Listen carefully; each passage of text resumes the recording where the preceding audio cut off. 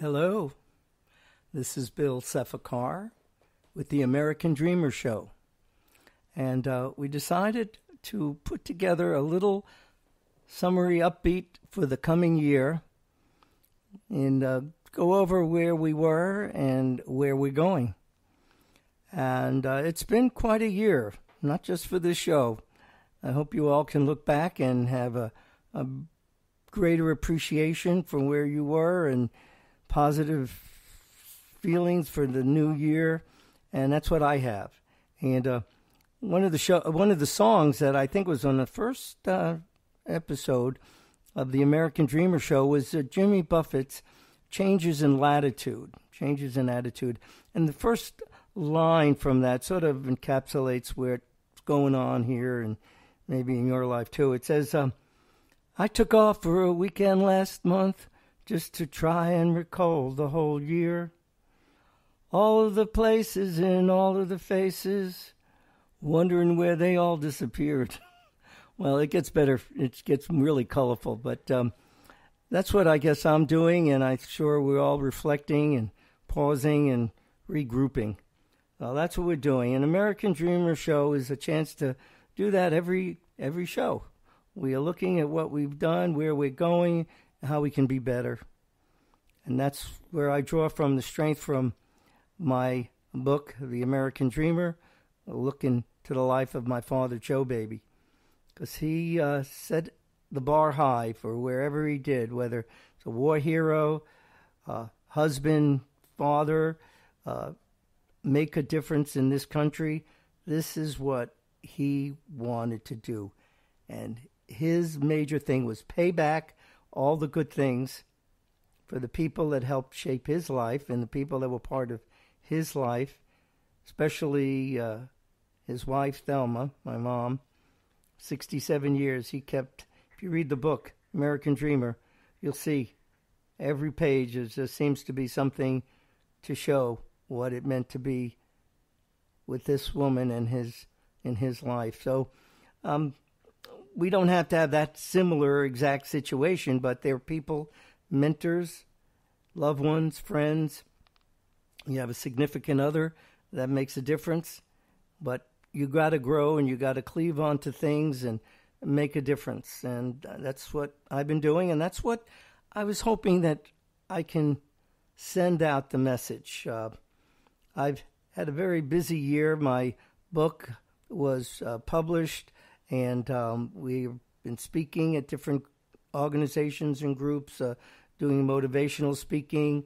I teach, this is my 11th year teaching in Pinellas and Hillsborough County, so that gives me a chance to get out and meet with students and teachers and try to work with people to make this place better. That's what it's all about, whether it's in your neighborhood, in your community, in your town, city, state, or country. We all have a responsibility, and that's part of it. In January, I had a chance to interview one of my dearest friends and mentors, Dr. Herman Koren, one of the foremost experts of environmental health, public health, and all the things that are involved in making, people's lives better. And we recorded an hour interview that's on YouTube about silencing science, because science really dictates how we can make this planet better and our quality of life better. And then in February, I worked on getting things together with the March for Our Lives, and up to Washington I went to visit with my loving sister, Bonnie Sefakar Landau, and her husband Lee. We went to the March for Our Lives. And, there were only 800,000 people there, and it was a life-changing experience, really, to be part of that and trying to, win over people's, minds and, the laws to make it a little more difficult for people that shouldn't have guns to get into their hands. And so I've been working on that. And then Earth Day, I was part of that. And then June, I had a life-changing experience again. I went to the Holy Land, in Israel, for 14 days, and I saw things that was an eye-opener, ear-opener, and sort of put me in perspective, because after that, I looked at things differently. And then I hooked up with my dear friend of many years, John Casimiro. We worked on, I produced a show called B'nai B'rith Presents Jewish Life in Tampa Bay for 13, 14 years, 170 shows. And John was instrumental with the technical aspects of the productions at the public access TV, and both in Pinellas and Hillsborough. So he said, Bill, maybe try a podcast. Why not? And he knew just the person to put the pieces together, Sir James Worley, who's a mastermind of technical stuff with intricate things that involve the recordings and tapings and podcasts. And so those are the ingredients that took this to the next level. And there was another couple of things that got involved. My social media guru is Dan Rooney. Dan Rooney I've been working with for over 3 years, and he's taken my outreach social media to 2 plateaus above what it was. I have a Twitter account called Joe's Legacy. We have over 2,500 followers and tweets, and we use a lot of quotes and inspirational outreach to have people look at things, and we get good feedback, and so I must be doing something right.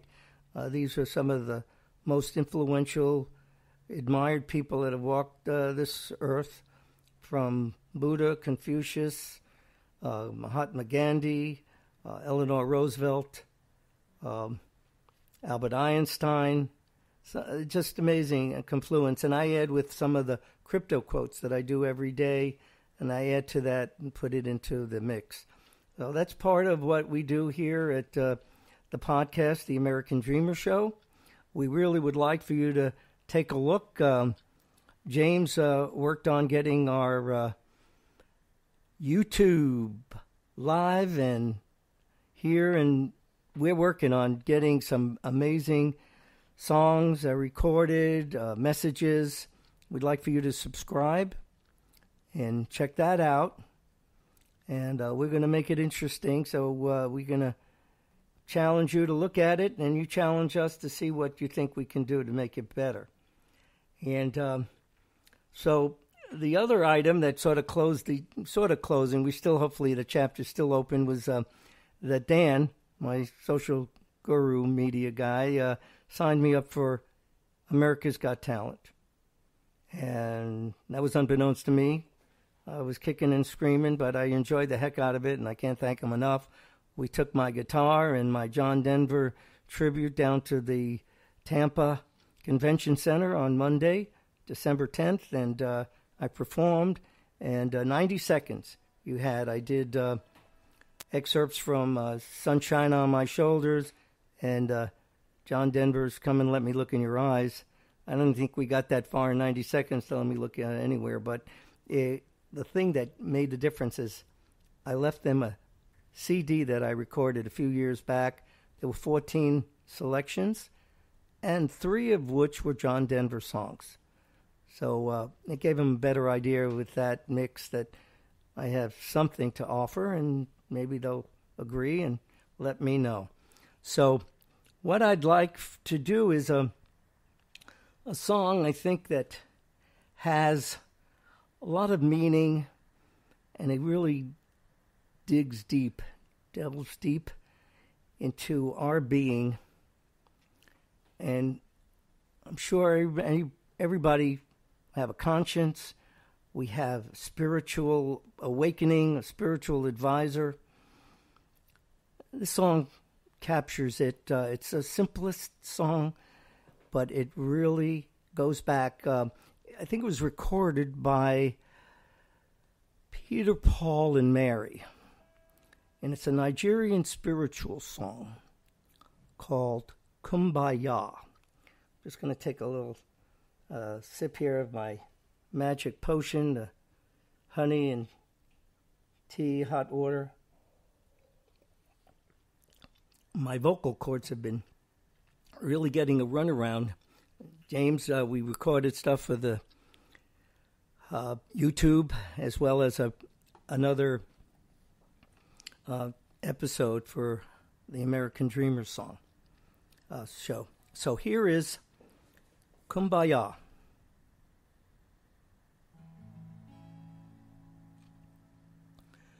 Kumbaya, my Lord, Kumbaya. Kumbaya, my Lord, Kumbaya. Kumbaya, my Lord, Kumbaya. Oh Lord, Kumbaya. Someone's crying, Lord, Kumbaya. Someone's crying, Lord, Kumbaya. Someone's crying, Lord, Kumbaya. Oh Lord, Kumbaya.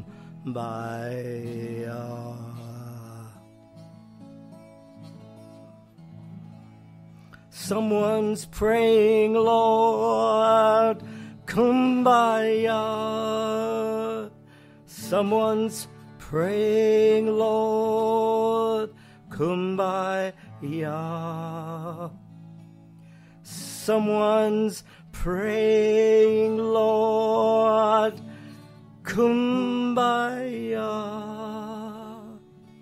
Oh Lord, Kumbaya.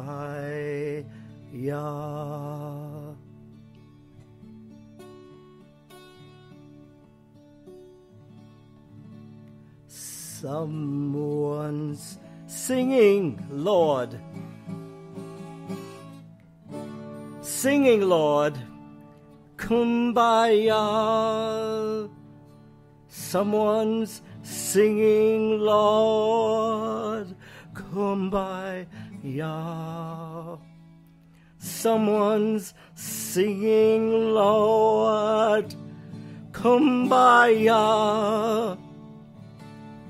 Oh Lord, Kumbaya.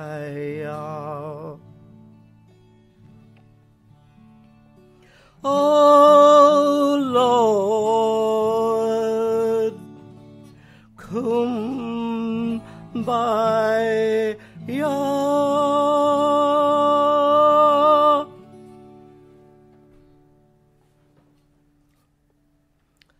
All right. Well, as I said, this is an abbreviated show, and we really want to just get things in perspective for the coming year. And so I have a responsibility. And this responsibility is that I'm speaking to people out there. They don't know me, but I have to do what I think is going to be worthwhile in my life. Hopefully we all have a chance to do this. I know my dad did. He was a war hero and received the Bronze Star, and it's all part of American Dreamer. But that wasn't just only that. He was a great American. He was a great father, a great husband, married 67 years to the same woman. And he wrote about this. He was so endearing. And it just blows your mind. And I never saw them fight. I never saw them argue. And that was the way he was, but he made his presence felt. And people thanked him and acknowledged that. So I'm trying to do that. And I put these things together. And as I said, we have these inspirational quotes. And so I bought this present to myself. And right on the front, it says, these were inspirational to inspire. And the 2019 Daily Desktop Calendar. First thing was, every accomplishment begins with the decision to try. And that was John F. Kennedy. And here was Eleanor Roosevelt. You must do the thing you think you cannot do. Wow. Like Get Up to America's Got Talent, because that was not in my program, but it's there. And I'm very grateful that I had this opportunity wherever it goes. So do something that you did not think you were going to do or could do. Turn your dreams into reality. I came up with this thing just the other day because there was someone who's dear to me who's doing this kind of work, and she wants to make people's dreams become a reality. So I said, how about if, Natalia says that name, said, if you said, make a dream, when you dream, then make a wish. And then if you can see that wish, seize it. And I think you're halfway there. So you see that dream, seize it, and go after it. We've had so many, and James says, he could attest there's got to be 30 or 40 dreams here, dreams there, make your dreams, and there was the one that says, go after your dreams and capture it and don't give up on it. It takes a lot to follow through on it. So these are one of the things that, but there's more than just accomplishing your dreams. This is try not to become a man of success, but rather try to become a man of value. And that was Albert Einstein. So, you want to make something important that people can draw from and be a man of value or a woman of value. Here's another one. The pen that writes your life story must be held in your own hand. And I know that firsthand because my dad wrote a whole life and he saved it. That's the amazing part. He wrote it, they did it, my mom, and then he saved it. 120 pages, handwritten notes that I worked with him from 1997 to 2008 to transcribe it and type it up. But there were no pictures. We got 460 pages in American Dream, Look Into Life, My Father Joe Baby. And there are a lot of pictures. So if you like pictures, you should take a look at that. But here is Bruce Lee. And we know he was an action man. Absorb what is useful. Discard what is not. Add what is uniquely your own. And add what is uniquely your own. So I'm going to leave you with one more. And this captures a lot because we deal with people. Good, bad, not so good. Do the best you can. But to forgive is to set a prisoner free and discover that the prisoner was you. So forgive. That's one of the things that Dad always had. I was going to read the 7 things that he had to reach the magic number. James, do I have a quick on that? This is on page 295. There are 7 things to reach the magic number. He didn't put what number it is. You put it in yourself. A lot of patience helps to maintain or heal a relationship. 1, it's helpful not to be too judgmental. 2, 3, learn how to forgive, which is, as we said, to practice compromise on a daily basis is number 4. The 5th thing, which I like, is hold on to a sense of humor for dear life. Number 6, never give up on hope. And the 7th thing that my dad said to reach your magic number is let love take precedence over hate. And I hope that in this coming year, you'll have a lot more to love and less to hate, because I'm going to do that. And I hope to share it with you because there's a lot of love everywhere and we're going to be part of it. Have a wonderful, healthy, happy new year. Sending all the best from our group here. So we want to be part of this new year with you. Thanks again. This is Bill Sefakar.